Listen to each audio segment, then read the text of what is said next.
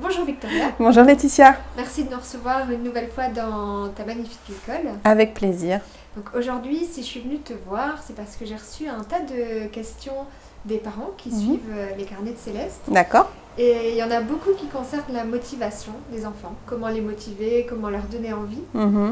Et voilà, donc je suis très intéressée d'avoir tes réponses. Mais écoute, je vais faire de mon mieux. Alors, la première question, c'est comment faire quand les enfants ne sont pas très motivés, ils n'ont pas très envie de faire une activité, comment les susciter leur intérêt? Mhm. Alors, quand tu parles de motivation et finalement toute cette thématique de la motivation, c'est un très grand sujet. C'est-à-dire que il n'y a pas d'astuce toute cuite. Tu vois, il n'y a pas c'est toujours ce que je dis moi dans mes accompagnements, que ce soit des parents ou des professionnels.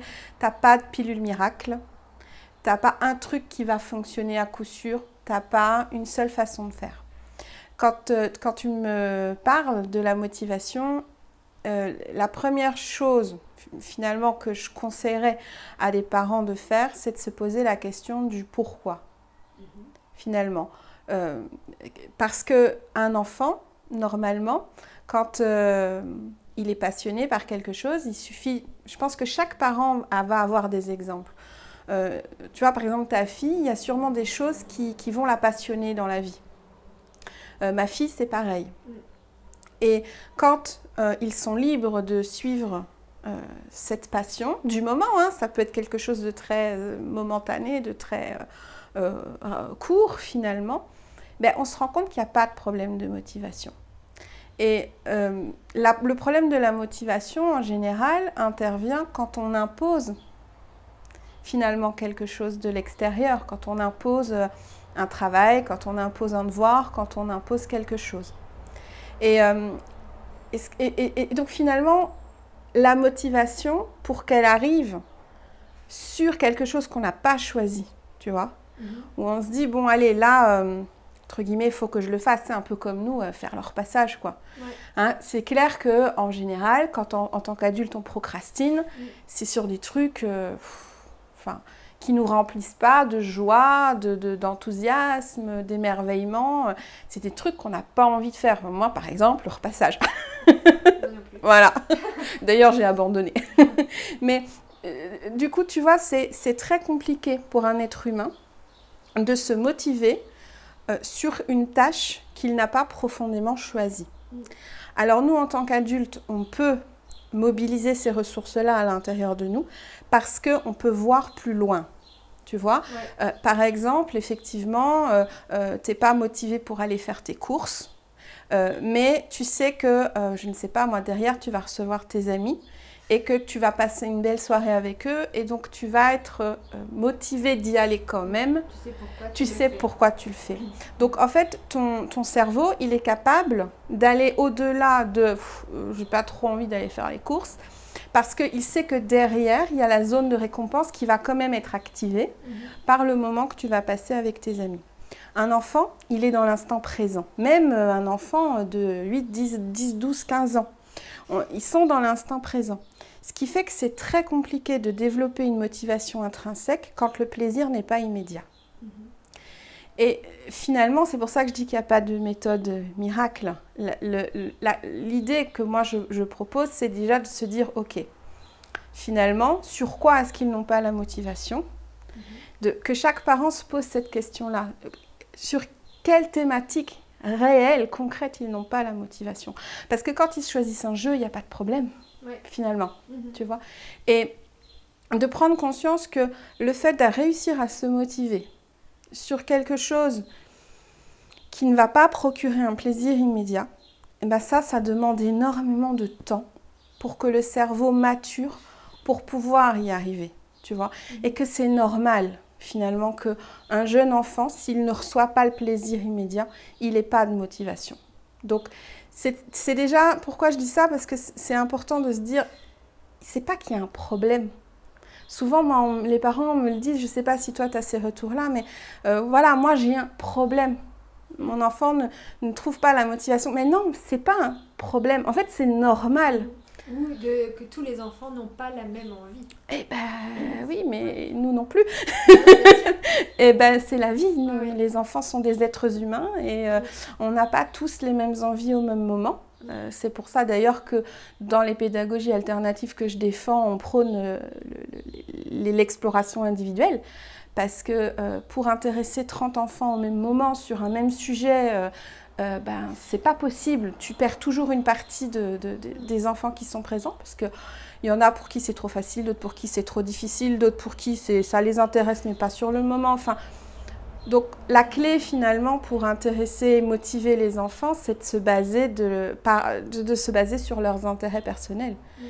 Et après, bien sûr, il y a toute une dynamique de comment on construit les apprentissages en se basant sur leurs intérêts personnels. Mais il faut sortir finalement de cette optique tu sais, bah oui, mais de toute façon, dans la vie, on ne fait pas toujours ce qu'on veut. Et ça, comme je vais me répéter, mais pour se motiver réellement et se mettre en action réellement sur quelque chose qu'on n'a pas choisi, ça demande beaucoup de temps. Pour que le cerveau réussisse finalement à se projeter dans la zone plaisir qu'il aura, mais plus tard. Comment on va faire alors pour leur trouver la bonne activité ? Il n'y a pas 36 solutions. La bonne activité, ça va être l'activité qui va finalement susciter la joie. Donc la joie, c'est l'émotion naturelle d'un enfant. C'est un peu le curseur qui va nous indiquer que tout va bien ou qu'il y a quelque chose qui ne va pas. Quand un enfant n'est pas en joie, c'est qu'il y a quelque chose qui ne va pas. Donc moi, je considère vraiment la joie comme un curseur. Et qu'est-ce qui met l'enfant en joie ? Et donc, nous ici, justement, à Alternova, on a développé toute une méthodologie. C'est-à-dire qu'on part de ce qui met les enfants en joie. Par exemple, en ce moment, là, derrière les caméras, tu vois, il y a une étagère avec des activités sur les chevaliers. Parce que à ce moment-là, c'était ça qui les mettait en joie. Tout est parti en fait d'un enfant qui a ramené de la maison un château fort. Et en fait, ça a suscité énormément d'enthousiasme. Donc on a senti, pas tous les enfants, mais certains enfants, ça a fait une espèce de dynamique qui était super belle à voir. Ils ont commencé à se poser des questions sur à quoi ça servait, comment est-ce qu'on les utilisait, pourquoi c'était là, comment finalement c'était mis en place, etc. Et à partir de là, on a vu qu'il y avait de la joie, qu'il y avait de l'émotion, qu'il y avait de l'enthousiasme, qu'il y avait de l'émerveillement pour ça. Et donc, on a installé une étagère, c'est la place de notre étagère thématique. Et donc, sur ce thème, on a proposé plein d'activités qui vont aller travailler plein de compétences différentes. Donc on va avoir des compétences de logique, des compétences mathématiques, des compétences plutôt au niveau du langage, plutôt de la manipulation, etc. Donc on a travaillé sur plusieurs compétences. Mais tu vois, en partant de quelque chose qui les met en joie. En fait, l'idée c'est qu'on peut apprendre tout. On peut tout apprendre à partir de n'importe quel thème. Tu vois, moi ça fait 12 ans que je travaille avec les enfants. Et je me souviens d'une expérience dans une école Montessori où j'avais un élève, en fait, lui, c'était Indiana Jones, qui le mettait en joie, tu vois. Lui, réécrire, franchement, il ne voyait pas l'intérêt du tout du truc. Et il n'était pas du tout motivé pour apprendre à lire et à écrire. Il ne voyait pas l'intérêt. Qu'est-ce que j'ai fait plutôt que de, tu sais, faire du forcing, toujours de dire, mais écoute, là, tu as l'âge, il faut que tu apprennes à lire, c'est important. Oui, bien sûr, c'est important, mais tant qu'il n'y avait pas, tu sais, cette joie, ça ne servait à rien. Donc, qu'est-ce que j'ai fait ? J'ai créé du matériel à partir d'Indiana Jones. Et il y a eu le déclic et la motivation pour lire et écrire, elle est venue comme ça. Tu vois ? Donc, vraiment partir de ce qui met en joie les enfants, profondément. Et donc, si on se met dans le contexte de la maison, tu vois, d'une famille, une maman ou un papa qui veut faire une activité où, tu vois, là, il a un peu de temps, il y en a beaucoup qui se sentent un peu perdus parce qu'ils n'ont pas les clés ou tu vois, parfois du coup ils délèguent. Ouais. Mais pour se réapproprier un peu ces moments avec leurs enfants, qu'est-ce que tu pourrais leur donner comme conseil ? Le premier conseil que je donnerais, c'est dans un premier temps, parce qu'il peut y avoir plusieurs étapes, tu vois, dans le processus, mais dans un premier temps, je dirais d'arrêter de chercher la solution à l'extérieur. Ouais. C'est-à-dire, dans un premier temps, vraiment prendre un temps, c'est le cas de le dire, avec l'enfant. Pour mieux se connaître, pour l'observer, pour regarder un petit peu ce vers quoi il va naturellement. Tu vois, si tu mets un enfant dans une pièce avec ses jeux, ben, vers quoi est-ce qu'il va spontanément? Quels sont les types de jeux qui l'intéressent? Qu'est-ce qu'il fait quand on n'essaye pas toujours de le stimuler? Tu vois, quand il est réellement libre. Quand il est libre de jouer sans que l'adulte derrière mette des objectifs, tu vois, pédagogiques, d'apprentissage, etc. Quand l'enfant est réellement libre de jouer, qu'est-ce qu'il fait? Donc ça, c'est la première étape, je dirais. Et puis après, quand tu as cette information-là, de voir ce qui concrètement va intéresser ton enfant, seulement à ce moment-là, tu peux alors aller chercher un petit peu à droite, à gauche, dans des formations sur Internet, dans des articles sur Pinterest, Instagram ou peu importe. Tu vas pouvoir aller piocher les trucs. Mais le piège, moi je vois de plus en plus avec les réseaux sociaux, c'est que tu vois, oh, tu as un truc super chouette sur ton fil qui passe, oh, ça je veux le faire absolument. Et donc les parents le proposent aux enfants, mais c'est un flop total. Mais pourquoi c'est un flop? C'est pas du tout la cause ou la faute de l'activité. C'est pas du tout l'enfant qui a un problème de motivation. C'est pas du tout le parent qui a mal fait quelque chose dans la relation. C'est juste que cette première étape-là, elle a été zappée. Et que le piège, c'est de proposer des activités que nous, on trouve chouettes ou que nous, on aurait aimé faire quand on était enfant. Tu vois?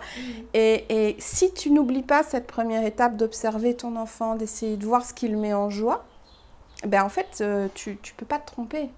Tu peux pas te tromper. Et pour pouvoir bien l'observer, il faut déjà avoir un environnement un minimum riche, tu vois, il faut qu'il y ait des éléments qui l'attirent. Donc est-ce que j'ai en tête une maison très design où tout est bien rangé, tout ça, c'est difficile d'attirer l'enfant, tu vois. Ou s'il n'y a pas de jardin, ou si, tu vois, comment tu fais pour qu'il se dirige vers quelque chose? Il faut un minimum d'objets autour de lui. Alors, il y a plusieurs stratégies. La première stratégie, ce serait déjà d'emmener l'enfant à l'extérieur. Voilà, ça c'est clairement... alors, même si vous habitez en ville et que vous avez un appartement et que vous n'avez qu'un petit balcon, voire même pas de balcon du tout, l'extérieur, ce n'est pas forcément la pleine forêt. Tu vois, amener tout simplement, moi je me souviens d'une famille comme ça qui m'avait posé cette question-là, qui habitait à Paris.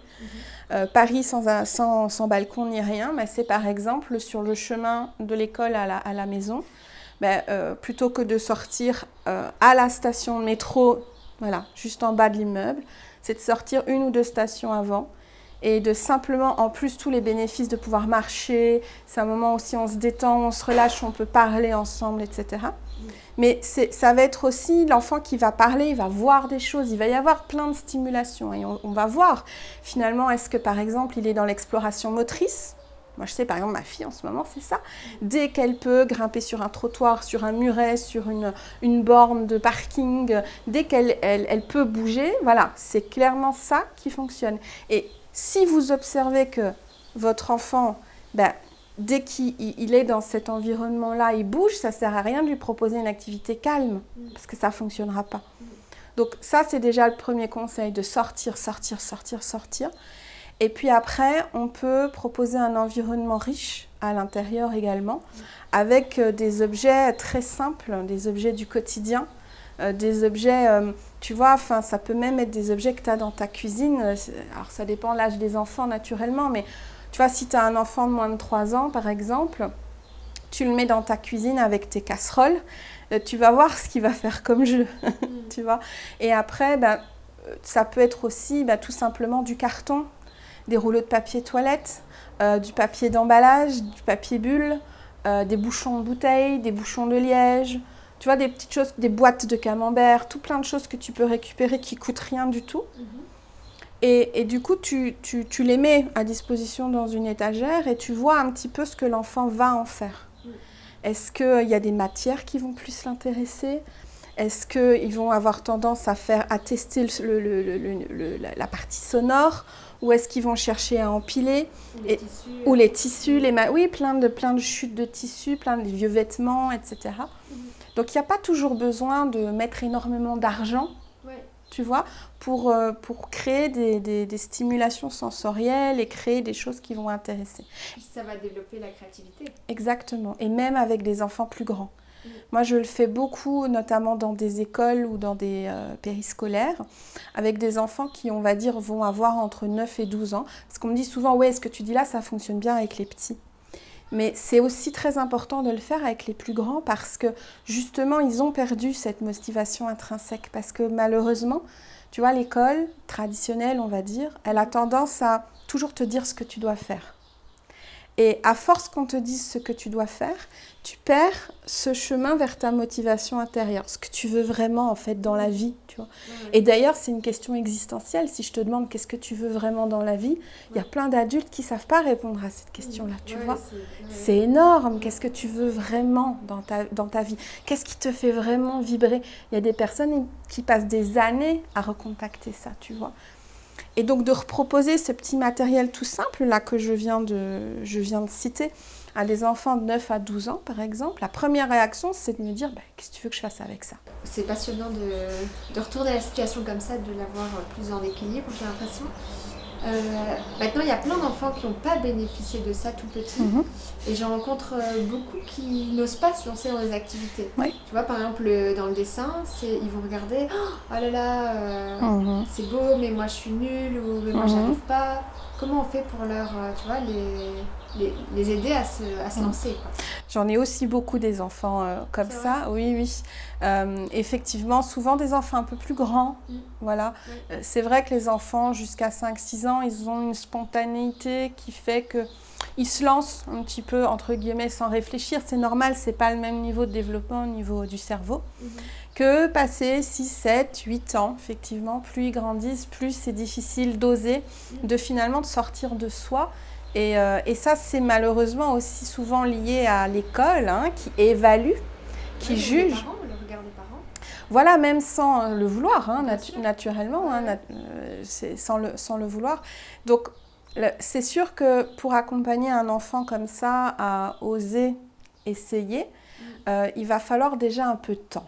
Donc là aussi, de nouveau, je dis souvent, c'est pas le temps qui nous manque, c'est la patience. Donc c'est même pas de temps qu'il faut, cette patience, c'est finalement d'accepter que tout peut pas se régler en 2 jours ou en 2 ateliers ou voilà. Il va falloir du temps et il va falloir du temps pendant lequel finalement l'enfant va bénéficier de 2 choses. Premièrement, d'un environnement riche, où il va pouvoir explorer librement, c'est-à-dire où on va, même si dans le cadre d'un atelier, on peut donner une thématique ou quoi, mais il va pouvoir se réapproprier sa propre capacité de choix. Parce que quand on se réapproprie dans la vie sa propre capacité de choix, on se réapproprie son pouvoir personnel. Et donc quand on se réapproprie son pouvoir personnel, on se réapproprie sa confiance en soi, on se réapproprie sa motivation, on se réapproprie finalement son ancrage et on devient acteur de sa vie. Donc ça, c'est déjà la première chose, un environnement riche, avec du petit matériel à disposition, où finalement on va plus impulser une inspiration ou une technique et les enfants vont pouvoir, en fonction de leur ressenti, de leurs besoins du moment, créer, si c'est par exemple dans ton cas, ou travailler, apprendre, si c'est dans le cas d'une autre situation.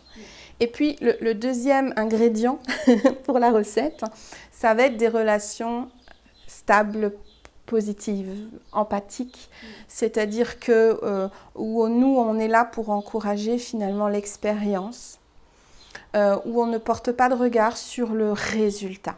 On est dans une société fort portée sur le résultat, la production, ce qu'on a conçu concrètement. Et moi, quand j'ai ces enfants-là que je vois bloqués, je pose toujours la question de comment tu te sens. Qu'est-ce qui se passe dans ton corps? Qu'est-ce qui se passe dans ton cœur? Qu'est-ce que tu te dis dans ta tête? Et même s'il n'y a pas de blocage lors de l'atelier ou lors de l'expérience, je reviens avec les enfants sur ça. Finalement, ça ne m'intéresse pas ce qu'ils ont créé. Ce qui m'intéresse, c'est comment ils se sont sentis. Parce que je suis sûre que s'ils se sont sentis bien, ça va les aider à dépasser leurs difficultés, que ce soit un manque de motivation, de persévérance aussi. Tu vois, dès que tu rencontres une difficulté que ce soit dans un exercice de maths ou que ce soit finalement dans un atelier de peinture, c'est pareil. À un moment donné, tu vas te confronter à tes propres limites. Tu n'arrives pas à réaliser telle opération mathématique ou tu n'arrives pas à dessiner le hérisson comme tu voudrais le dessiner.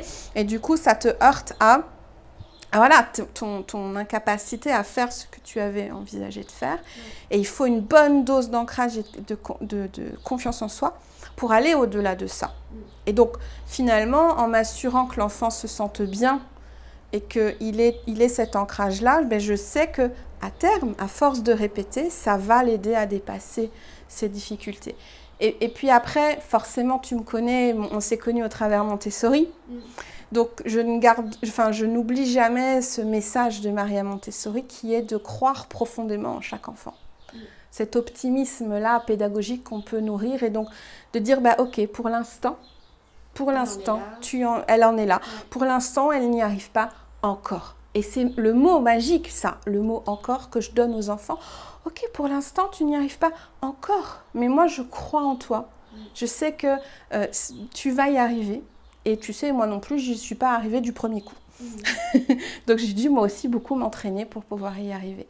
Tu vois, donc c'est cette relation-là. D'écoute à l'enfant, de ses ressentis. Et j'imagine que c'est graduel. Au début, il n'ose peut-être pas s'exprimer. Et un peu à la fois... Oui. C'est ça. Et moi, j'estime que j'ai réussi mon job quand il me dit... là, j'ai pas réussi, mais bon, c'est pas grave, on se fiche.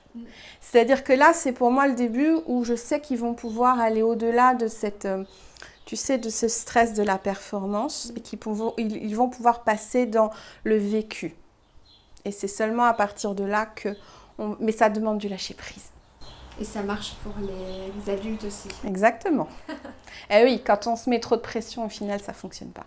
Parce qu'on perd le plaisir. Tu vois, ce que je disais plus tôt, la joie, on perd la joie. On est beaucoup à l'avoir perdue et à chercher à la retrouver. Bah oui. Ouais. Après, il y a beaucoup de mamans qui me demandent comment garder l'enfant concentré jusqu'au bout dans l'activité. Tu vois, ça, c'est très lié à la notion de résultat, où l'adulte s'attend à un résultat. Le conseil que tu pourrais donner pour ça ?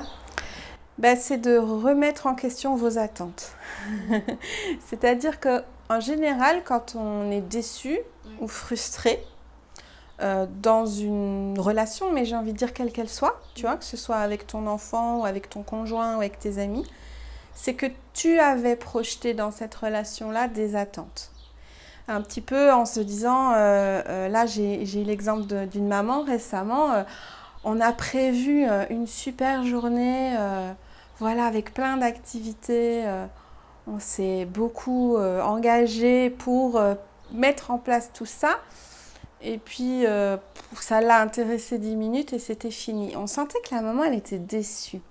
Et c'est humain, enfin, je veux dire, c'est tout à fait légitime. Mais alors, dans ce cas, c'est plutôt de se dire, bah tiens, finalement, là, est-ce que le problème, c'est pas mes attentes, ce que moi, j'avais projeté que mon enfant fasse. Parce que si on veut qu'il développe sa concentration, sa motivation, son engagement dans un travail ou dans un jeu ou dans une activité, il faut qu'il reste connecté à la joie. Et puis ce qu'il faut prendre aussi en compte, c'est que chez les enfants, les enfants fonctionnent un petit peu différemment des adultes dans le sens où nous, en tant qu'adultes, de nouveau, on a cette capacité de projection. Donc tu vois, si je te dis, allez, qu'est-ce que tu as envie de faire ce soir ? Tu vas pouvoir te projeter à ce soir, te connecter à quelque chose qui va te faire plaisir, le prévoir avec tes amis, ton conjoint, etc. Et que le moment venu, ça te fasse vraiment plaisir. Mais ça, de nouveau, c'est une compétence du cerveau qui n'est pas encore mature et présente chez les enfants. Donc les enfants, en fait, ils ont besoin de faire pour savoir si ça leur plaît ou pas. Et donc, avec un peu de chance, tu tombes juste parce que tu as observé correctement, tu as vraiment travaillé sur qu'est-ce qui le met en joie, etc. Mais peut-être aussi que la joie, au bout de 10 minutes, va disparaître. Et donc, qu'est-ce que l'enfant va faire ? Il va arrêter, tout simplement parce que ça ne le met plus en joie. Et on en a déjà parlé. Hein. Le fait de continuer à se motiver sur quelque chose qui ne procure plus de joie, c'est très compliqué pour les jeunes enfants. Ouais. Voilà. Génial, merci. Et il y a aussi des enfants qui ne se lancent pas parce qu'ils trouvent que c'est compliqué, mais l'activité leur fait peur, ils ont l'impression qu'ils ne vont pas être capables.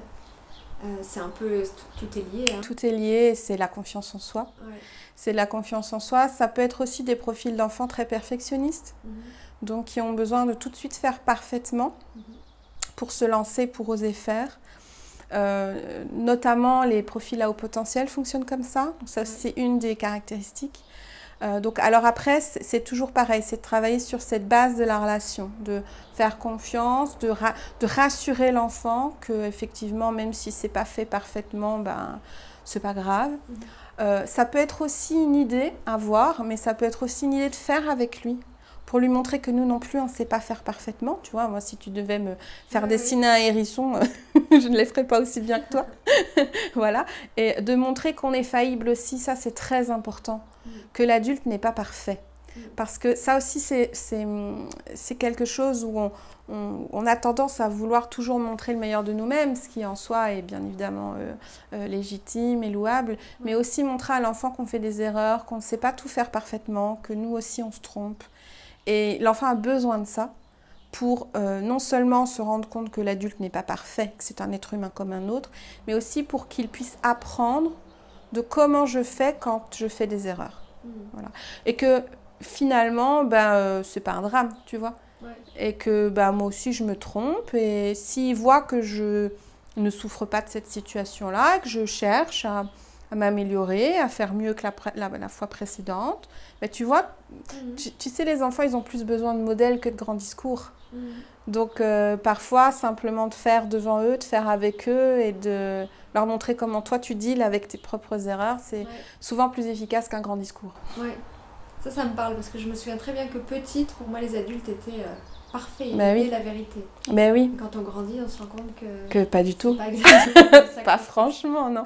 Et c'est cette démarche d'humilité, tu vois, de se dire, je n'ai pas à tout savoir. Moi, quand il y a des enfants, tu sais, parfois, ils me posent des questions. Franchement, je ne sais pas répondre à leurs questions.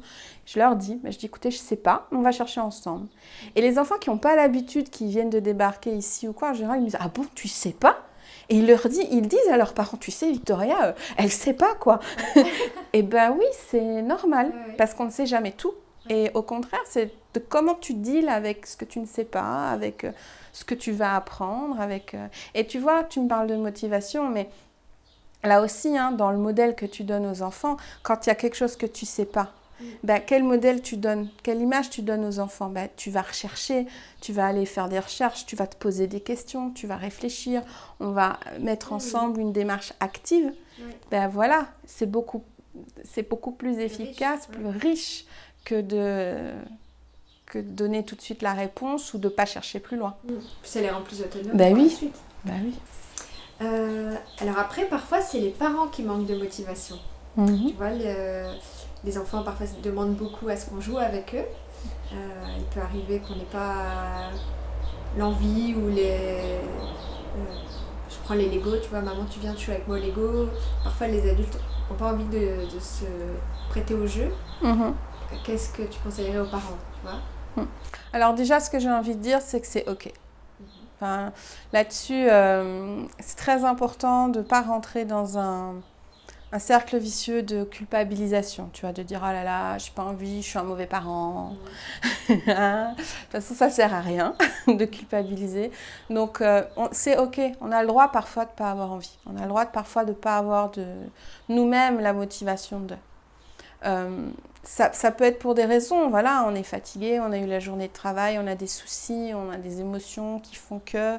Donc, c'est vraiment OK. Après, ce qui est important, ça va être de trouver justement un équilibre. Et moi, pour moi, le secret, il est là. C'est que quand, à un moment donné, nos propres besoins sont tellement peu couverts qu'on n'a même plus la motivation, tu vois, par exemple, de jouer au Lego avec ses enfants. Alors, ça peut être parce qu'on déteste les Lego. Donc, dans ce cas, on peut aussi réfléchir à comment est-ce qu'on peut passer un moment autrement qu'en jouant avec des Lego, tu vois.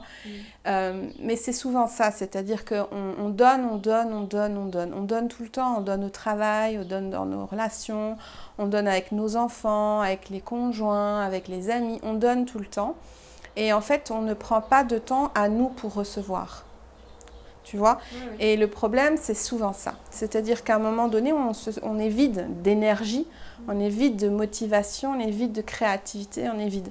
Et là, c'est effectivement très compliqué. à ce moment-là de se dire je dois encore donner. Je dois encore donner, mon réservoir il est vide. Ouais, souvent c'est une fatigue. Et ouais, c'est ça. Fatigue physique, émotionnelle, psychologique, ou les trois en même temps.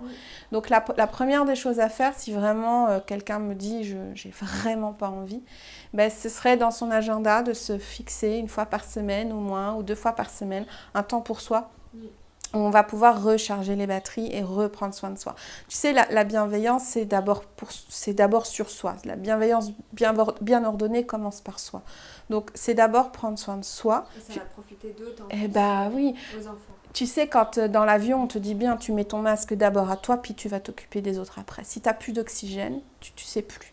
Donc ça, c'est déjà une première chose que j'irais proposer d'éclairer. Tu vois, quel est mon niveau de satisfaction. Parce que si quelqu'un est hyper frustré, par exemple, parce que pas heureux dans son travail, pas heureux dans son couple, pas heureux dans sa famille, à un moment donné, c'est normal que ça ne fonctionne pas. Tu vois, alors je vais dans les extrêmes, bien évidemment. Hein, mais en tout cas, c'est simplement de se poser la question. Voilà, qu'est-ce qui chez moi, là, résonne et ça vient parler de quoi? C'est des extrêmes, mais qui sont fréquents.